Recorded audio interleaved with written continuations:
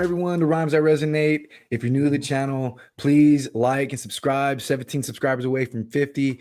We're building a community of resonators over here. We'd love to have you join it. So please, join and share this podcast where we have conversations shaped by music and driven by meaning. Today I have with me a Army Reserve Senior Drill Sergeant, a DoD civilian human resource manager, an entrepreneur, creator and host of the Let's Talk About It podcast, Los Angelian by the way of Maryland, Alphonso Dunston, MBA. Thank you for joining me.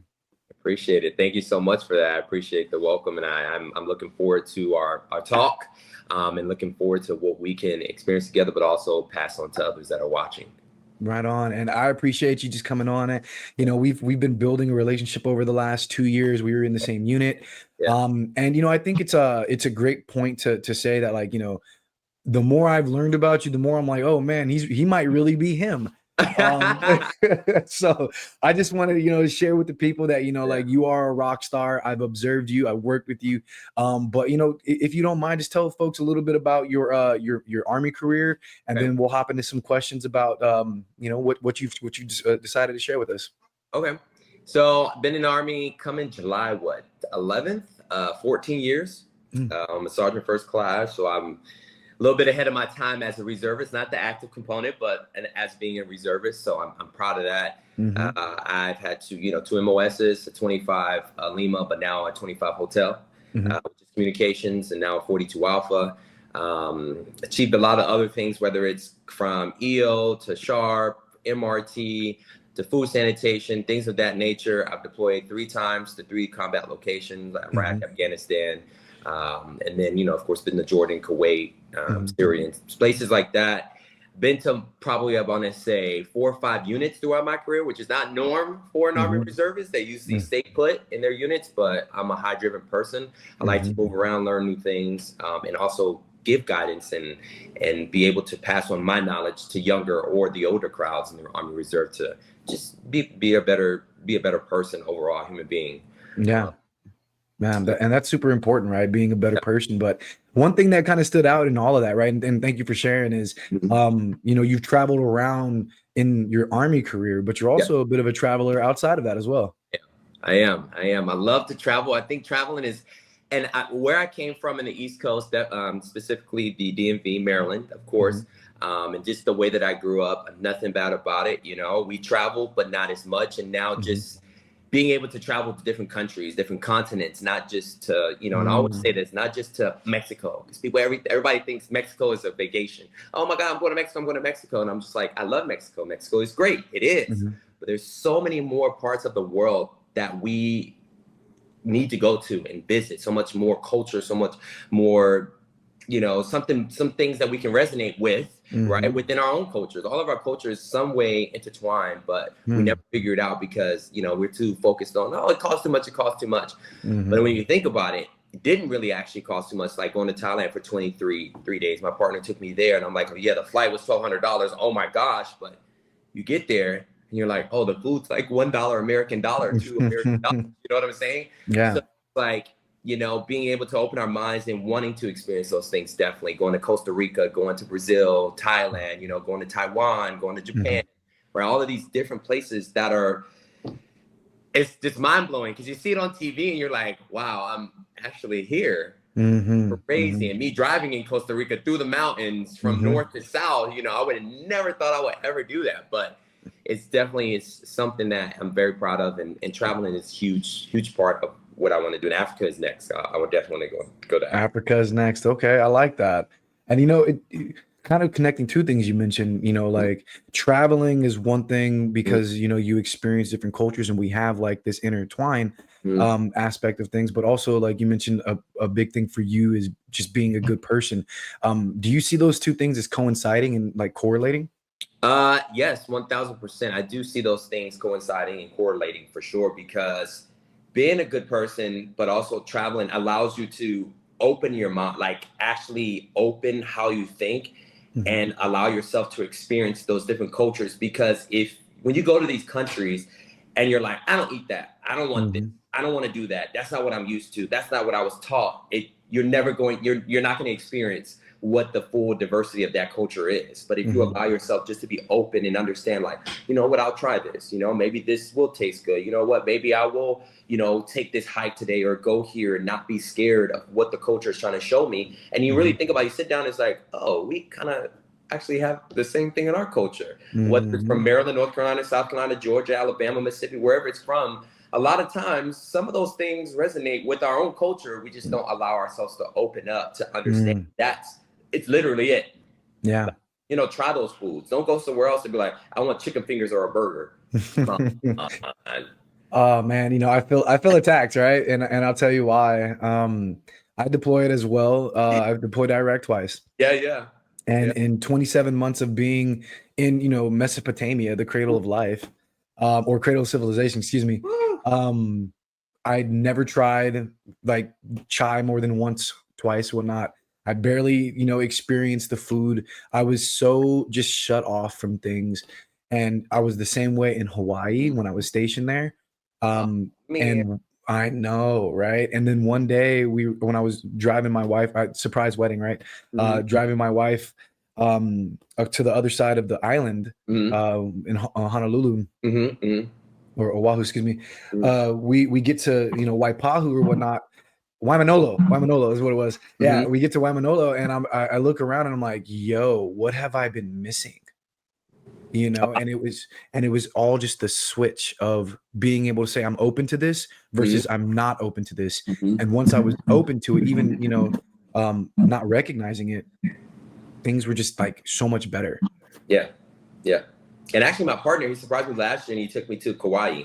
So that's the first island, I think, in Hawaii, the smallest, and I think it's the smallest. They have a naval base there, but it's literally just natives. There's not a lot of normal traffic or tourism there. So if you go there, you have a little pretty penny, but luckily our friend works for one hotel. So we got a discount on the hotel, right? So that's it bad. And I say that because I think two celebrities, they actually have a home there, right? So it's one of those things where you go and you're like, wow, this is nature. This is real Hawaii, right? This is Hawaii airport, small. It's an outdoor airport. You know, they have a small entrance, but just being able to see nature and wake up to that and just, it's like, wow. Because, you know, we're so used to waking up houses right next to us, right? And cars, and ambulance and fire, like everything going on. But when you wake up and things like that, you're like, wow, I see why these people never leave. But I would have to leave because I want to go back to my life. Right? And then vice versa. They come here for vacation. They're like, yeah, I want to go back. Yeah, that was cool. It's nice for a vacation, right? Yeah. And so the three songs you shared with us are I Was Here by Beyonce, It's Not Right, But It's Okay by Whitney Houston, and Jesus Be a Fence Around Me by Fred Hammond. And so guests often give me the same feedback, like, man, it was so difficult trying to figure out, you know, which three songs that I wanted to bring forward. And, you know, normally I can kind of pull out a thread and say like, okay, but I see where you're going. Man, what was your process in choosing these three songs? Actually was not hard. It actually was not hard at all, because I think especially Jesus Be a Fence is one of the favorite songs that I have.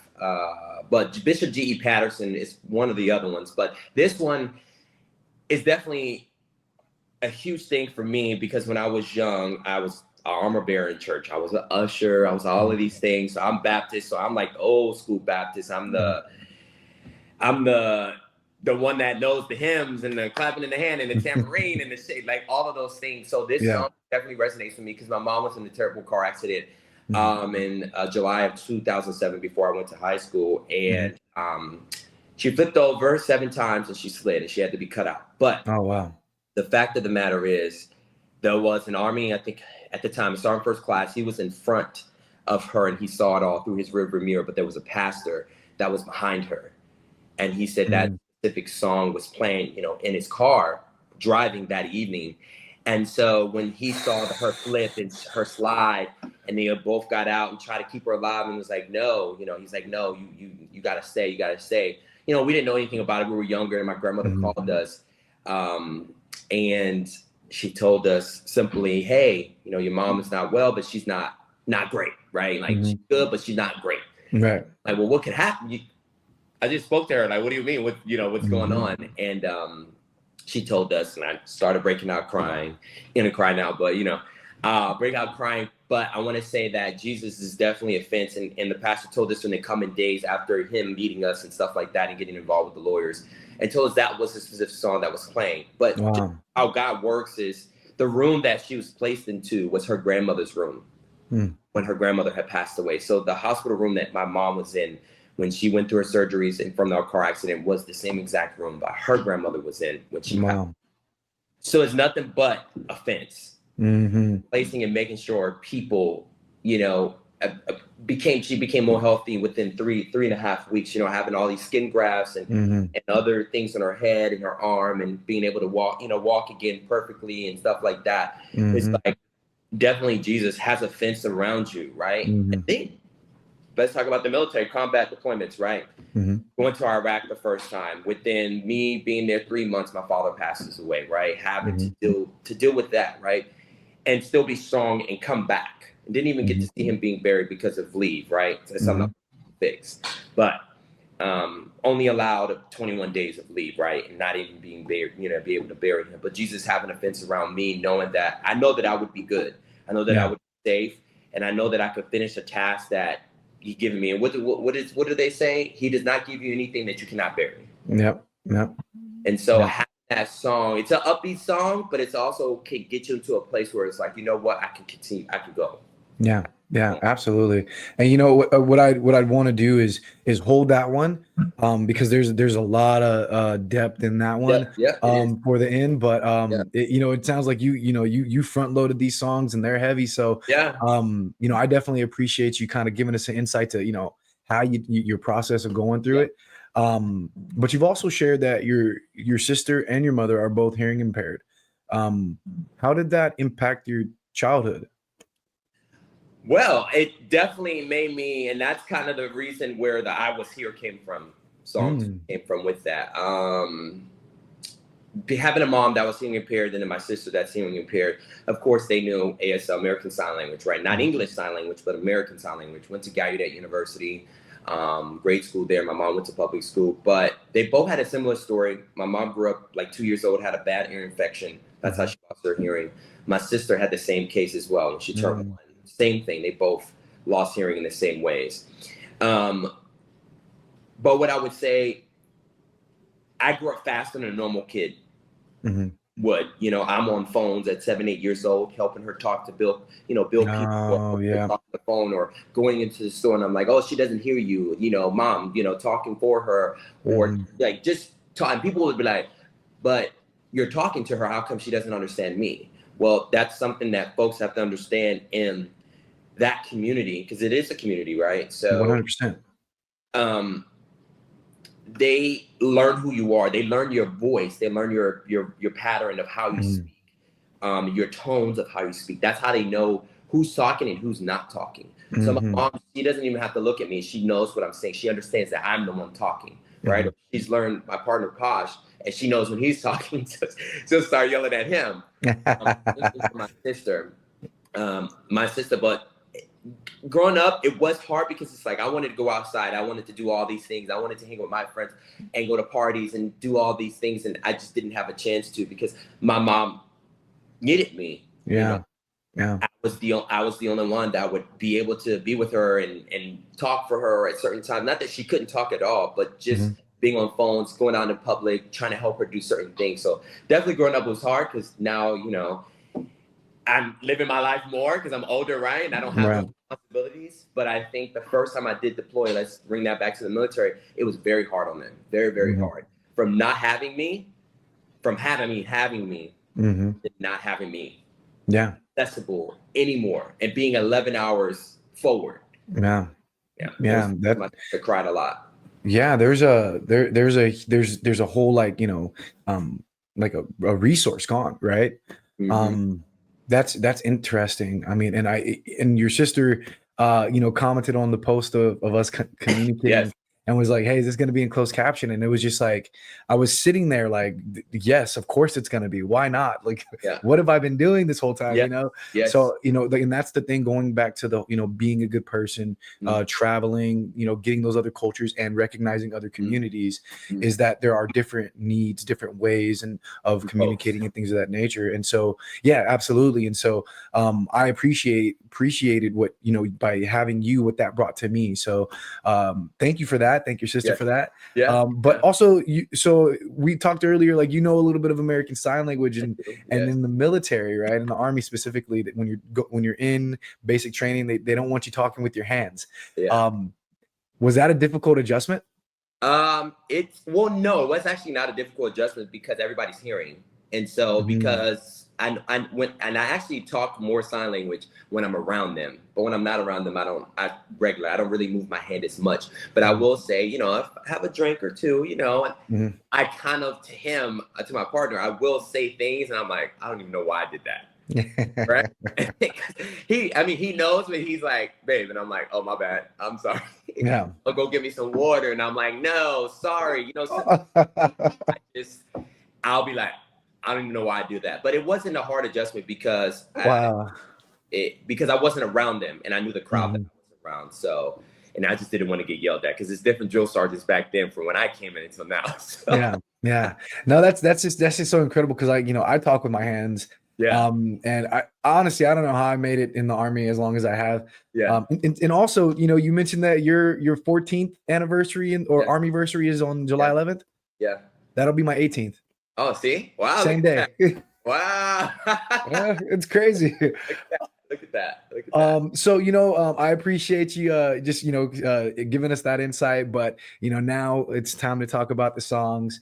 Song number 1, I Was Here, Beyonce. Could you tell us a little bit of, you know, how you interpret that song, number 1, and what, like, when do you call on that song?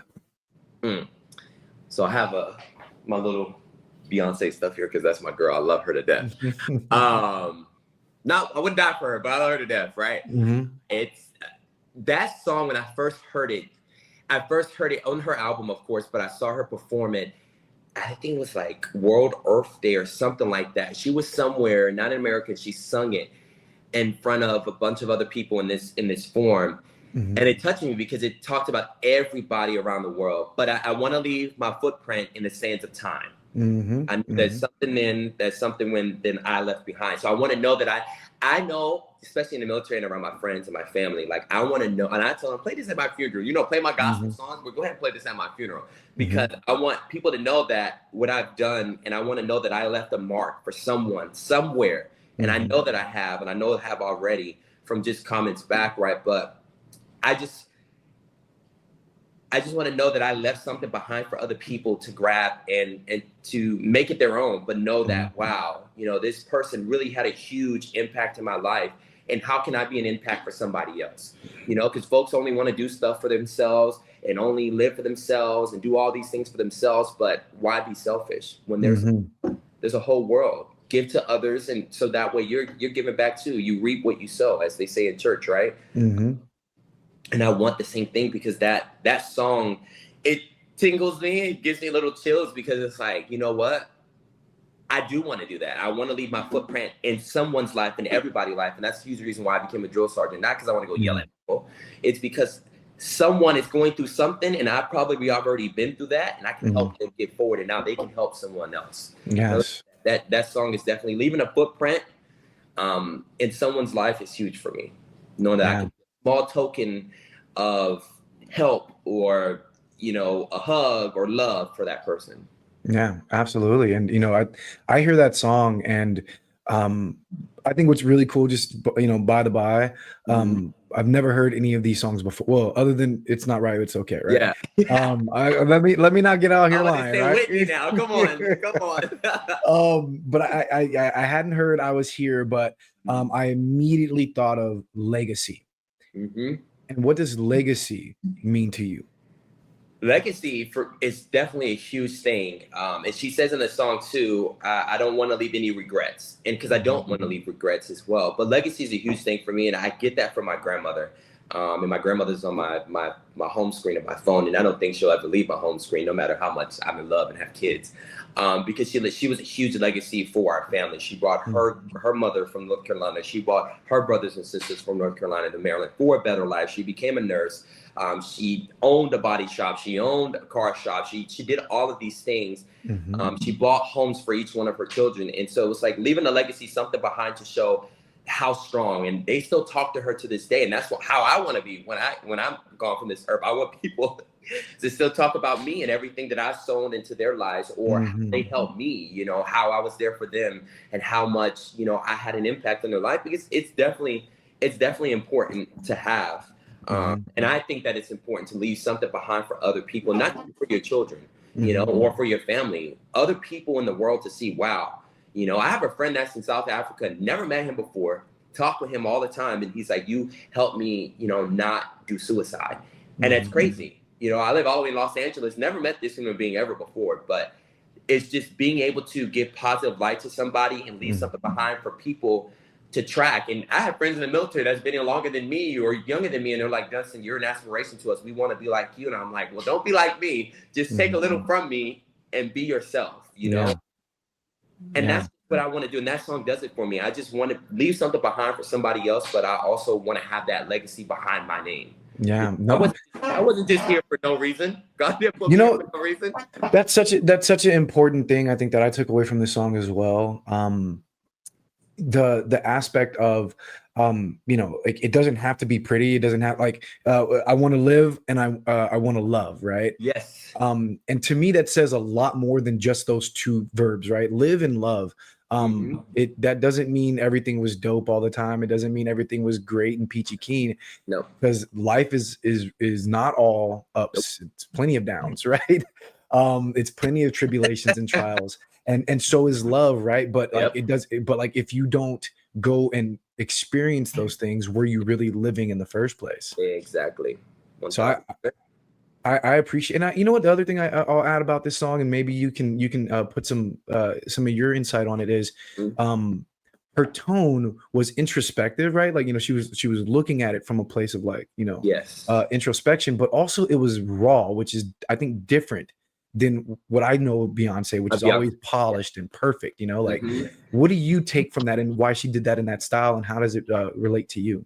I think that being able to, one, be vulnerable, because Beyonce is not an individual that likes to be vulnerable. And so with that specific song, I think she wanted to be vulnerable to show the world that you have to be vulnerable in order to leave a footprint. You have to show people who you are. You have to let down your guard. No one's perfect. There's no one perfect in this world. And we have so much going on in this world. And if you're going to be perfect, you can't leave anything behind if you're perfect, right? Everybody you have to be vulnerable at some point in order to learn and let other things in, but also be able to help other people. I think that was a big thing. And her tone that she used it's like a tone that it makes you kind of listen, and it's like, okay, it's not a high pitch, it's not a low pitch, it's just that nice tone to make you like, wow, like, okay, I don't want to keep crying because it's a tone that makes you think, like, wow. It kind of draws you in, kind of conversational. Why did she choose to sing it this way? You know, and why did she choose to use these visuals, and what made her really sing this song? And then she explains it in the song. So, which is definitely one of those things where I'm like, okay, all right, girl, you got me. I don't want to cry. No, so with that being said, right, and you kind of touched on it, but I would love for you to just dig a little bit deeper. How does this, I guess, like, parallel you joining the military and your call to service? I would say, because my mom really wanted me to go active duty. I'm a person, I don't want to do what other people want me to do. I don't want to live someone else's life. And I felt as though within my family, love them all, I felt as though because my uncles were in the military, they served 4 years, or someone couldn't get in, or they couldn't pass a test, or they wanted me to be that individual. And I feel like my grandmother knew that I was going to be that person for our family overall, to make something of myself. Not that other people are not at all, because we have great people in our family, but be that person that will leave Maryland, that will go out, do different things, and draw in the attention, the positive attention on our family that we need.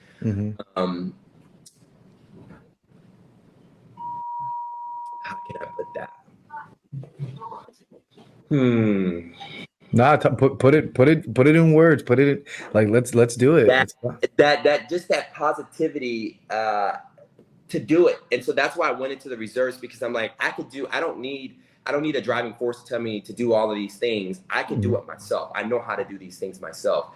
But definitely in the military and joining the military, it was, yes, to go to school. Yes, right, to go to school. But it was to be able to give something back to somebody else. And I think that's just who I am overall. Whether it is someone older than me, whether it is someone younger than me, whether it is someone that's my same age, to touch someone else, to give them a life story that, you know, everything is not going to be perfect, but you'll make it through it, right? Yeah. First 4 years, and my mentor, and I always talk about her. She's the best mentor I've ever had. She was my platoon sergeant on my first deployment. She was my first sergeant on my second deployment. Then she became my rear dead sergeant major before I even left that unit. And so, you know, she saw me from a little PFC all the way up to, you know, a staff sergeant. And that's many years. And deploying with someone twice in the leadership role, you don't really get that concurrent in your military career. 100%. And what I think was her mom died on her first deployment, and she was in Iraq in 2003. So we had that connection there. But this song, leaving a legacy, leaving my footprint, and so many people that I've met already, you know, and in my past are like, damn, Dunston, you don't stop. You just keep going. You don't let anything stop what you do. You allow you're gonna keep going and keep trying it and keep pushing forward, and you're gonna read people their rights, and I will, because you know there's regulations, right? And so if you don't follow those things, you know, you can get in trouble. But folks are like, wow, I'm so proud of you. You come a long way. Like, boast myself a little bit, you know, how many accolades, how many awards. And I'm like, that's not me just doing, that's just me doing my job. Right. Take care of other people, because that's just who I am, 1000%. And I was saying, I just got awarded my cab over 4 years. I fought 4 years for that from leaving deployment, right? And people saying no, you know, 1 star saying no, right? But now my 2 battle buddies, and the reason why I fought was because it was 3 of us in Afghanistan before we left. 2 days before we even departed Afghanistan. I'm like, we were all in this together. So I did all the hard work by trying to submit everything, because being in reserves, you know, it's harder to get things up higher. And now those guys, it's easier. His is at HRC, the other one's active duty. He has all the information he has. Is, you know what, here guys, mine's is approved. Give this to them. You guys are good to go. There you go. Take care, because they deserve it as well. And people try to knock us down for that. I'm like, nope, you're not going to knock me down from something I know that me and my guys deserve for sure. 100%. And that's just how I am. And that song just pushes me more, because I do want to leave a mark. I do. I want people to know that's Dunston. That's Dunston. And my mom says it. She's like, everybody knows you. They're like, well, your son, you know? And I'm like, good. You know, I did my job. No, you know, I think really that's awesome, because you know, that actually is going to lead to another question I have later. But you're leaving your mark, you know, and I'll reassure you that you're definitely leaving your mark. And you know, the Army Reserve has sought you out to be the face, as I like to say it. Maybe there's a better term for it, but to be an ambassador for the organization. And so, you know, I think there's so much depth and layers we could go into that, but maybe a different conversation. But you know, the second song that we're gonna take from your selection is "It's Not Right But It's Okay" by Whitney Houston. A 90s classic, right? The song's meaning is pretty universal, but what layers do you have with it that make it one of the most 3 impactful songs in your life? I think, and when this song comes on karaoke or wherever it comes on, I sing it hard. I sing it hard because I feel like, also, you know, being an African American, right? So we face battles that, I know you saw my Juneteenth shirt from Nike, did the Run Club, but we face battles that not a lot of other cultures face, right? Being in the United States of America, but also relationship wise, I'm a Pisces, so we love very, very, very hard. And when people do us wrong, it's like one of those things where it's like, it's hurtful. Like, what did I do to deserve these things? But you know what? I'm a Pisces. I'm gonna move on from it. I'll never be in your pocket again. You will never ever be able to grab me out. But also just the hard times when I lived in Miami. lived in Miami, was only able to pay my rent. And then one of my Cuban moms, she decided to bring food for me every day, which was amazing. So I had food all the time, but had enough to pay my rent. I was struggling. I was in college, and I just didn't want to pay back that tuition after I got out of school. I didn't want to have debt like my other friends. So you know what? I'm just going to go through it now. I'm happy that I did it that way, right? But going through that, going through the loss of my dad, and then right after the loss of my grandmother, but also relationship loss as well. My first ever gay relationship, that was a huge thing because, coming into this community, it's hard because having, honestly, African-American parents, is like, what did I do wrong? Why did you do this? And how come, why are you gay? All of these things that just make it a huge thing. Right? It's not right, but it's okay. I'm going to make it anyway. Pack your bags up and leave, right? So I kind of did do that in a different stance. I did pack my car, bought a car, packed my entire bedroom from home, and I moved to Miami and went to school. And not everything's going to be perfect in life. You're not going to have everything that you want. Your pockets won't always be full. And I think that resonated with me at that time because I'm like, wow, money's not great. I don't have my own place. I was staying at my friend's place, and I'm looking in the mirror singing this song. My ex just did me wrong before I left for deployment. And it's so many things going on. But I'm like, I would sing this song because I'm like, it's not right, but it's okay. And I'm going to make it anyway, right? Because I will make it. And I'm not going to stop myself from not making it. Why boggle myself down with all of these issues and problems that are normal for human beings, to be honest? Why psychologically put myself in a position where I'm just going to keep beating myself down and tearing myself down? Just tell myself, you know what? It's not right. It's okay. I'm going to keep moving. Like Whitney said, she sat up there with her arms crossed and she looked at everybody and shook her head and kept it moving. And I think that that's a huge thing. And looking at Whitney Houston and what she went through as well, was a huge, everything she went through. Right. It's like, if that woman, if she can get through it, she's no longer with us at that time, but she can get through what she went through, being one of the first African-American superstars at that fandom. She still made it through. Of course, she had some hiccups through in there. I can make it. I could do anything. Yeah. So. Yeah. That's, it's interesting the way like you flip that, right? Because when I of course go straight to the relationship piece, right? But you're kind of taking that I don't want to say back end of it it's not right, but it's okay. And you're saying like it's applied to so much more outside of the relationship. It's life. It's not right, but it's okay. And your dedication to making it okay and making it right was really the message that came through to you, if I'm hearing correct. Yep. That's a great interpretation, right? Like, but I do think, going back to the relationships, I must ask, like, how does this song guide your relationship with Posh? I'll say with this song, he's like, you love to sing that song so hard. And I'm like, well, I sing it. It's not that, but I would say in relationships, you still have to be yourself and you can't accept certain things. This is you some people are like, well, you have to, this or that, or, you have to, compromise. I'm like, yes, I believe in compromise 1000%. I surely do. But there's we're still ourselves. Like, for me, psychologically, I just feel like, but we're still ourselves. Why can't we still be ourselves? Why can't we not like certain things? Why can we not accept certain things? Just because relationship doesn't mean that, because I don't like this color or I don't like this, well, compromise on this, or I'm not going to accept you, looking at things on social media or going out with your friends by yourself or, vacationing just with your friend. Like, no, like we're still human beings. We're our own selves. We have our own lives. That's why I started liking you. You have your own life. You do things on your own. You're self-sufficient. Why do we need to change all that? Right, we could become one and be sufficient together, but be self-sufficient as well. And I really believe in that, because what I think may not be right, you may think is wrong, right? Or what you may think is wrong, I think is right. Or I may say, you know what, it's okay though. It's possibly okay, because I feel like there's certain things also with that song is you have to understand the other person that you're with, and I definitely understand my partner 1000%. Yeah. He is Thai, Thai and Black. So he grew up in Thailand for 8 years. He came to America, a whole different type of lifestyle than the Asian culture in America, right? Right. He came here and he was surprised about, shower curtain in a tub. I mean, he's like, we don't do that over there.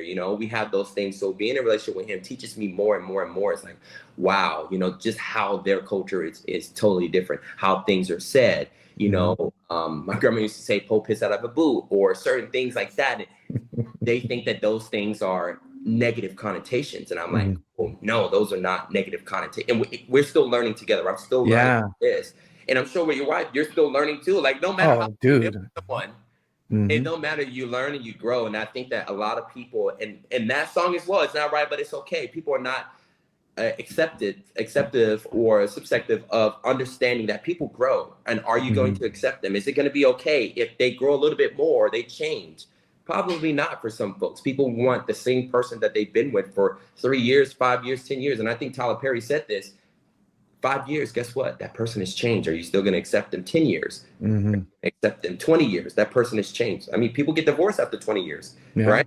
Because I personally think they don't communicate very well to say, honey, I don't like this, or I don't want this. Or, this is not what I want anymore. Or, how can we change this? How can we fix these things? So we have great communication. He's not the best communicator yet. I mean, I'm 32 and he's 25. So it's a 7-year difference with communication skills, right? But a lot of people say, I don't know how you do it. It's not about why. It's not about how I do it. It's am I willing to understand him, work through it, right? I'm just going to get rid of somebody because we don't communicate as well as a perfect relationship, they say, should. No relationship is perfect. Not everybody has great communication skills, no matter how they look on the outside. You don't know what they got going on the inside. No, you're actually, you touched on some stuff there. And I think that a word that I heard often is acceptance. And I don't want to skip over the fact that you said, as a Black man in America, as a gay Black man coming out to your parents and whatnot, acceptance didn't seem like the strongest theme there.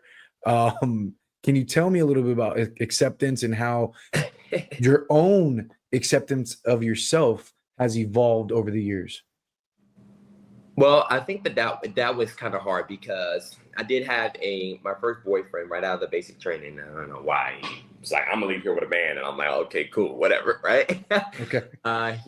My dad, my oldest sibling, she called my dad and was like, hey, something's wrong with man, and I'm like, wait. And I was just on the phone with him. We were talking about football, and we were talking about NASCAR and stuff like that for like an hour. We were sitting on the phone just talking about normal stuff, and he calls me. He's like, man, Nate told me something's wrong with you. And I'm like, what you mean something's wrong with me?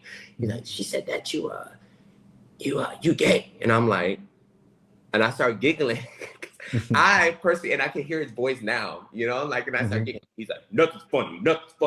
And I'm like, Dad, like, it's not that serious, He's like, it is serious, because what did I do wrong? How come? Why do you like men? Are you putting on makeup? Are you putting on heels? Are you putting on dress? Like, are you doing stuff that we don't know that you're doing? Like, you have a different life. And I'm like, whoa, Dad. And I giggled again because I'm like, whoa, Dad, like, you're going into something that I'm not at all. And I just giggled because I know that wasn't my dad. I know that, he's older, but I knew that he felt like something's wrong with Dad. You didn't do anything wrong. There's nothing wrong.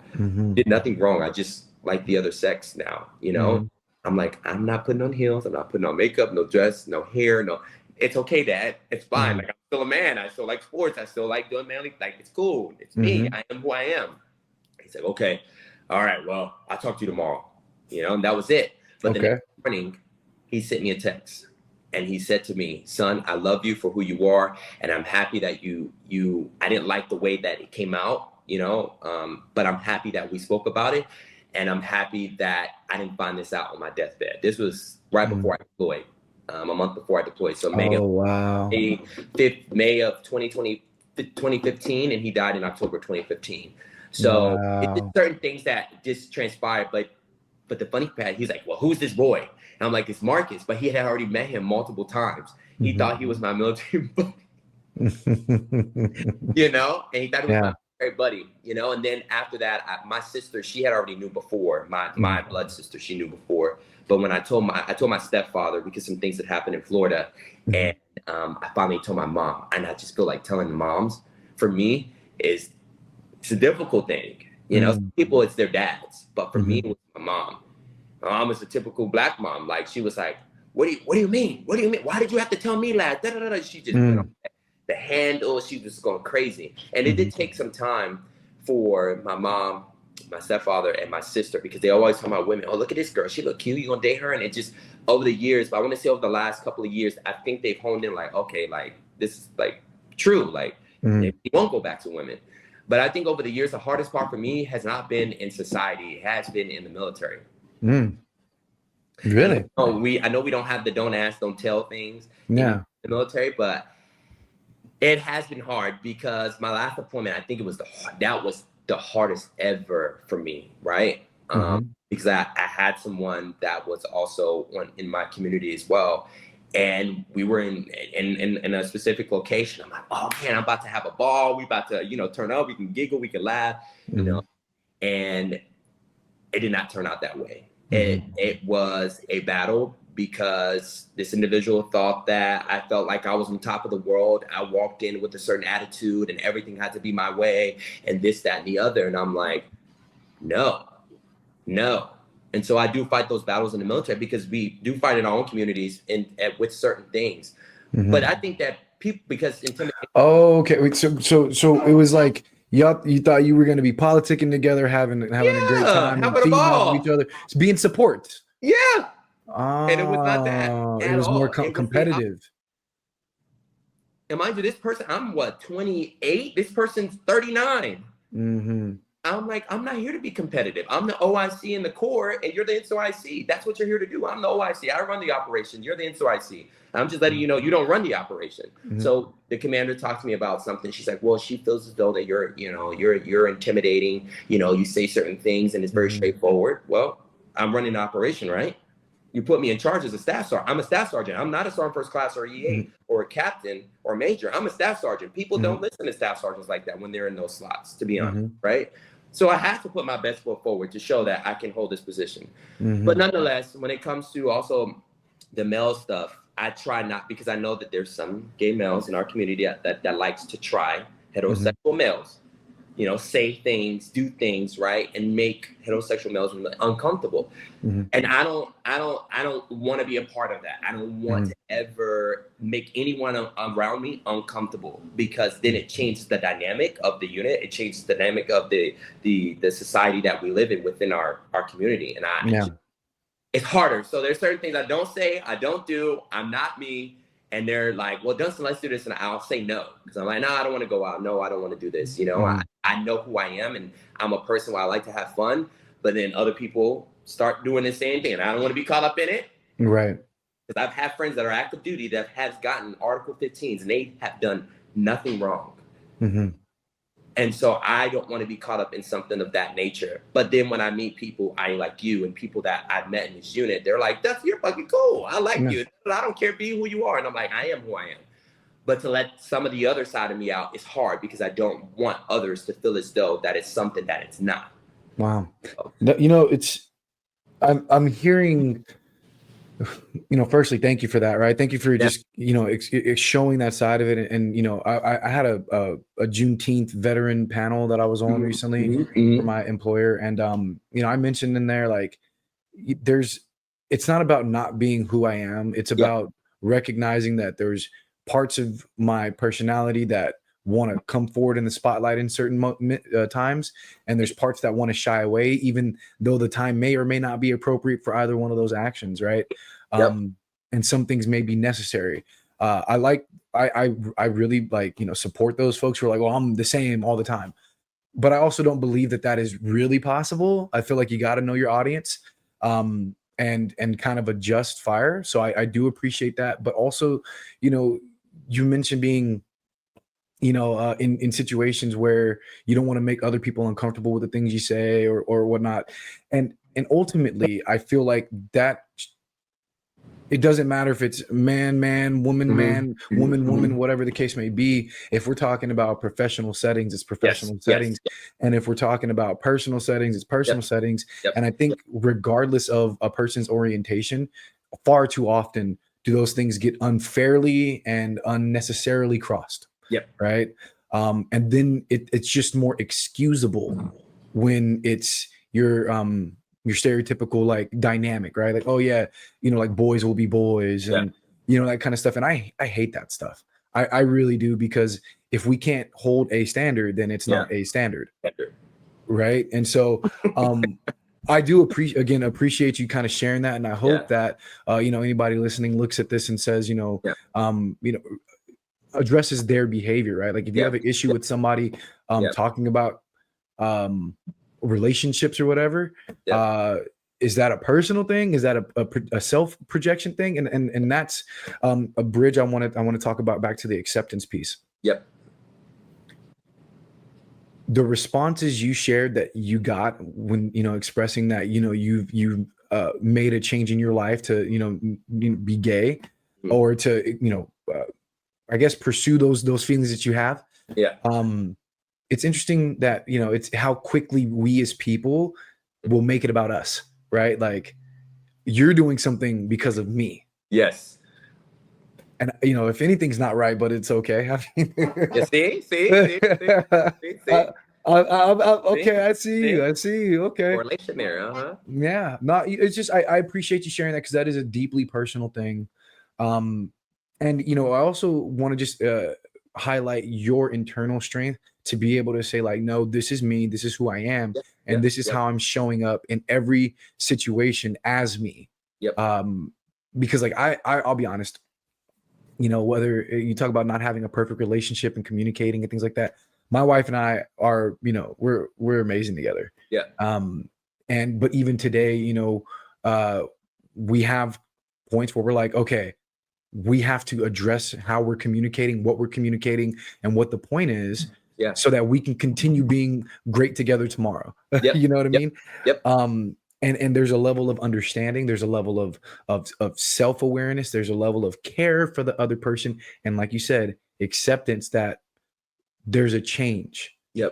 And so I just appreciate you really bringing that all together and you know, bringing it forward through this song that I thought was going to be like, you know, kind of a slam dunk, like, yeah, it's about cheating, right? But there's so many layers to it, and I appreciate that.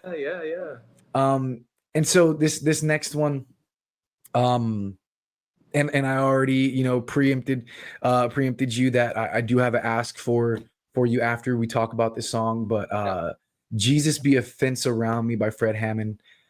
It's a song of worship that invites Jesus, God, to provide protection and remove obstacles from one's life. What is your relationship to your faith? I know you kind of touched on it, but like, can you give us more insight to what your relationship with your faith is? Definitely not what it used to be, and I'll say that up front. I mean, I was in church. I'm a founder of Freshway Baptist Church in Landover, Maryland. I was one of the 7 founding members there back in 2000. Definitely when I got older and I moved out, I definitely did not go to church anymore when I moved to Miami. When I came to, you know, to California, I did try to go to church 2 or 3 times here, but the churches that I'm used to, they just don't have on the West Coast. You know, I'm the Southern Baptist, you know, shout, you know, if you shout, the sermon's short is short. I just feel like most churches these days, it's too many antics. It's so many antics. They got lights and stages and all, like, it's so much and so many offerings and like, it's just so much. And I'm just, those things for me, I was like, are we actually coming to church to be fed the word? Are we here to fix something that we need to be fixed? Are we here to truly listen to what the scripture is being pastored by? Like, or are we here just to give money? Or are we here for production and everybody singing God's word? Like, I get it. Like, we love praise and worship, but like, Jesus, you know, can I feel the Holy Ghost? Can I feel those things, right? And I'm not one for the slow songs in church. I'm one for the high beats. And then we go into I'm one for I love the Southern mentality of a Baptist church. It's, you know, you got Sunday school, you go into church, you got, you know, you're all the schedule, right? You may be in church for 2 hours, right? And what I've just noticed about these churches is it's not for me, but I know that what people, as a Christian person, Baptist person, God never leaves you. So if you have him with you, at all times. I mean, to be honest, if you could talk to him, you could talk to him anytime. You don't want to look up to this guy. You can just talk to him. And you can Mm-hmm. ask my partner. I just be talking. He's like, babe, why do you talk to yourself? Well, I'm not really not talking to myself. I'm just talking to God. I'm having a conversation, right? Because Mm-hmm. you could talk with him at any time. You know, the church is a house for, you know, for sinners, right? We're all sinners, right? That's why he died, you know, depending on your religion, right? Mm-hmm. Everybody has a different faith, but the church is, in my faith, is a home for sinners. It's a hospital. You go on Sunday to be fulfilled, to be to help you to be fed for that following week. Some message you need to hear to either fix something or to adjust your faith. But my gospel playlist, I be in the gym. Sometimes my gospel playlist be hitting. I remember we drove up to Seattle from Portland Mm-hmm. for 3 hours. I had two playlists, and there were two gospel playlists, and they paid for those 3 hours. And I did not care what he thought about me or whatever. If I can't listen to my gospel, well, I guess we won't be riding together. That's it. That's you. Hey, you better hop on the train. It's a huge part, and definitely deploying too, right? To those combat zones and being in situations that people don't even think that you're in, right? Because people think you're HR, you do postal, you didn't do nothing, you weren't with anybody, you weren't a part of anything, and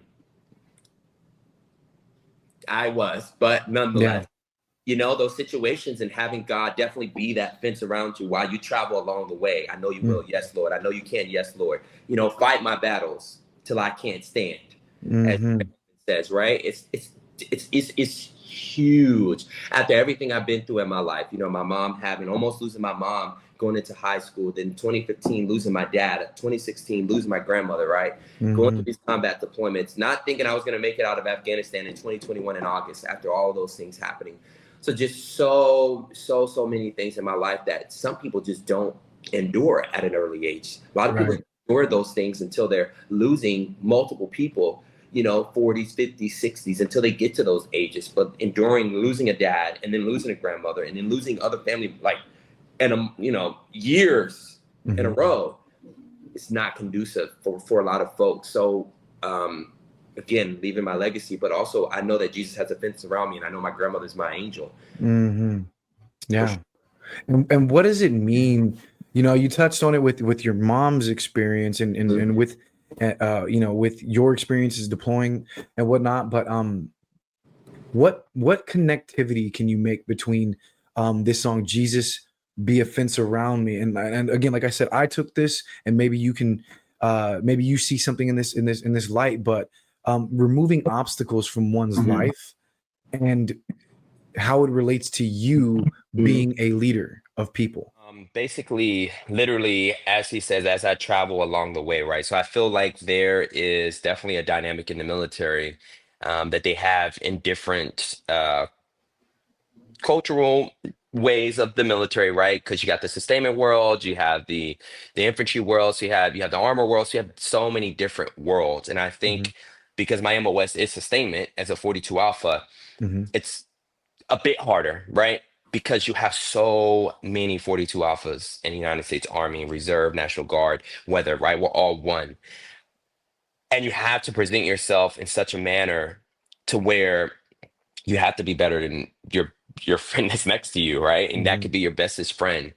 And I think that when you get into those roles, because I've been a RSOI and SOIC, right? So that's a person that accepts, and you know, when you get to Kuwait, they accept you, they process you, they do all those things, right? I've been in SOIC of that. I've been in SOIC of a post office. I've been in SOIC of ADAG, right? So that's the airfield departure and arrival group, right? So receiving those people actually from an airfield and departing those folks. So all of those huge things that are accumulation of a 42 Alpha, I've done all of those roles. And being able to do all those roles was because of people that were above me and said, you know what? I know Dunston can do it. I know that he can do it no matter what my rank was, right? Fulfilling an OIC's position, right? In Afghanistan, removing all postal, USPS equipment, mail, whatever it was, closing down post office, getting all those things out of Afghanistan before those things were taken and or, you know, seized, right?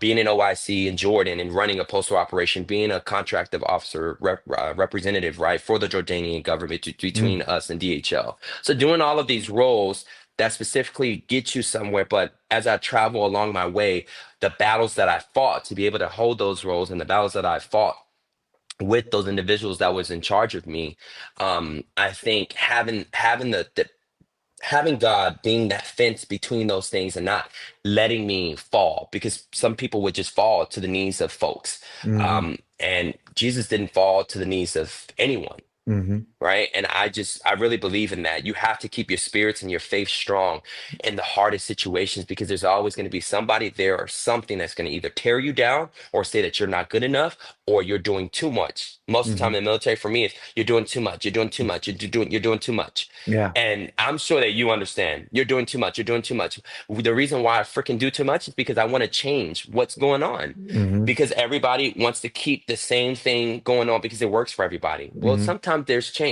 Our populations are changing. The youngins that are coming in now, they're different. We Hmm. can't keep the same way of leadership. We can't keep the same way of things. So Hmm. keeping my faith aligned with my sight and knowing that Jesus has the best forefront for me definitely helped me get through my last appointment for sure, because Hmm. there was so many battles to face, right? And Hmm. knowing that those middle people in the middle were the ones trying to fight me. But yeah, you guys are getting the recognition for it. So why fight for something when I'm just a puny little staff sergeant at the time? And Hmm. you're a captain, you're a first sergeant, right? Well, why are you guys trying to fight me? I'm making you look good. Your Right. operations going smoothly, Right. right? Because there's other people talking into their ear because they don't like what's going on. They don't like how things are going because it's not the way that they want to. Well, the two-star for me, he loved it. The sergeant major loved it. The colonel loved it. They had no problems, right? So knowing that you're gonna try to be defeated in certain Hmm. circumstances, but you can't allow yourself to be defeated. And if it doesn't work, guess what? Figure out another way to do it. And I'm always going to figure out another way to figure out how to get something done, how to provide for my soldiers or my subordinates or my leaders. Try to figure out a way to Yeah. get it done. So it's That's one of it. those things like I'm gonna block out all the nonsense and all whatever the devil's trying to pass at me or Hmm. throw at me. I'm gonna get it done. There we I'm gonna go. find my way. So yeah. No, and so that's one of the things that really stuck out to me about the song. And so I Hmm. appreciate you kind of like touching on that was, you know, removing the obstacles, right? There's a term in the army and, maybe in just the common vernacular these days, or Hmm. the American lexicon, I should say, where, what is it? The servant leadership, right? And when you ask people to define servant leadership, it's often, I'm taking care of my soldiers or whatever. It's this No. canned response, right? Yeah. But servant leadership, there's actual definition for it, and I'm gonna paraphrase it. So, fact check me Mm-hmm. if I'm wrong, comment below, right? But servant leadership is literally removing obstacles from the people who follow you, right? So that Yes. they can be better and empower Yes. them in their Yes. in their duties, right? You're not doing it for them, you're not making it easy. What you're doing is you're removing barriers from them doing the best they can and then Yes. supporting them along the way. And when I heard Jesus be a fence around me, um, admittedly, I'm not a very like I don't have a religion that falls into I don't really have a religion, right? I'm more Hmm. Hmm. spiritually inclined, but I was walking around today singing the lyrics of this song, right? Because Uh-huh. it did touch where it was supposed to, right? It did hit Yes. me there.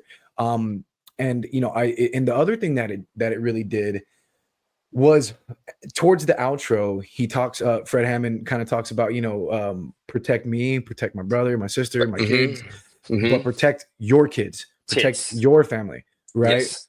And that really lends to something I asked you to do, which is pray for Hmm. um one of the folks I train with, right? One of the young men I Hmm. train with, his name is Wyatt Russell, 16 years old.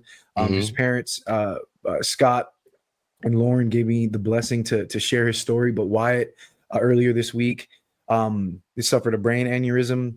Hmm. He had successful surgery. He's currently in the ICU, and I just would like you to lead a prayer for Wyatt's healing, for the protection of him, his family, and we can close out from there. And I would just really appreciate it if you did that. Yeah, for sure, for sure. All right. Well, as they say in the military, bow your head or close your eyes as your faith knows right, right? So, um, to the parents of Wyatt, we thank you for allowing us to actually, pray over your son and whatever you guys' faith is. Wyatt's 16 years old in the ICU. God, we want you to cover him in your blood and show him that he will make it out of this because anything is done through you, and everything is accepted through you, God.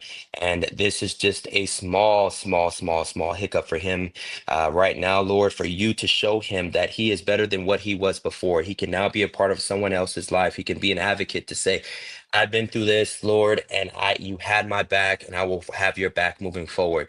And I want you to just cover the blood of you, Jesus, on him while he's in ICU, to recover a speedy recovery, and for him to get back to doing jujitsu, something that he loves, and being a great kid, and graduating high school, and getting through life, and being successful in everything that he wants to, and being an advocate for folks that have been through this medical issue, and providing the love and faith to his parents to get them through this hard time.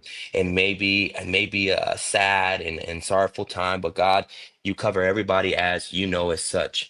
But God, as you always say, if you're here for me, I will be there for you, and walk that narrow and straight path, and I will never guide you off that path.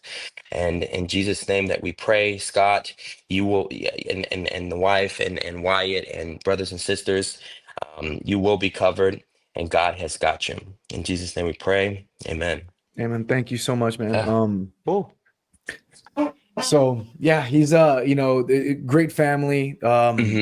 We train with them all. We're all integrated in the Cesar Gracie Jiu-Jitsu in Brentwood.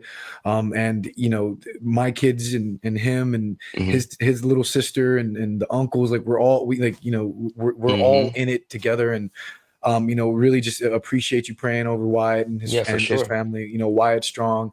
We'll put more information in the bio for how you can help if you're so inclined to help.